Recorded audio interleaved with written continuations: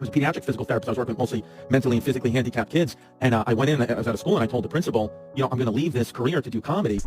She was like, that you're never going to make it. She was like, that is very, very stupid. I had already done the David Letterman show. I was leaving my job in the New York City Board of Ed. I would sometimes not show up, and I would go on the radio, or I would go do a comedy gig. And that, for the New York City Board of Ed, is called theft of service. They actually have retired NYPD detectives that if they find out that you're calling out sick and you're not actually sick, they can, like, prosecute you. I had told my principal I quit.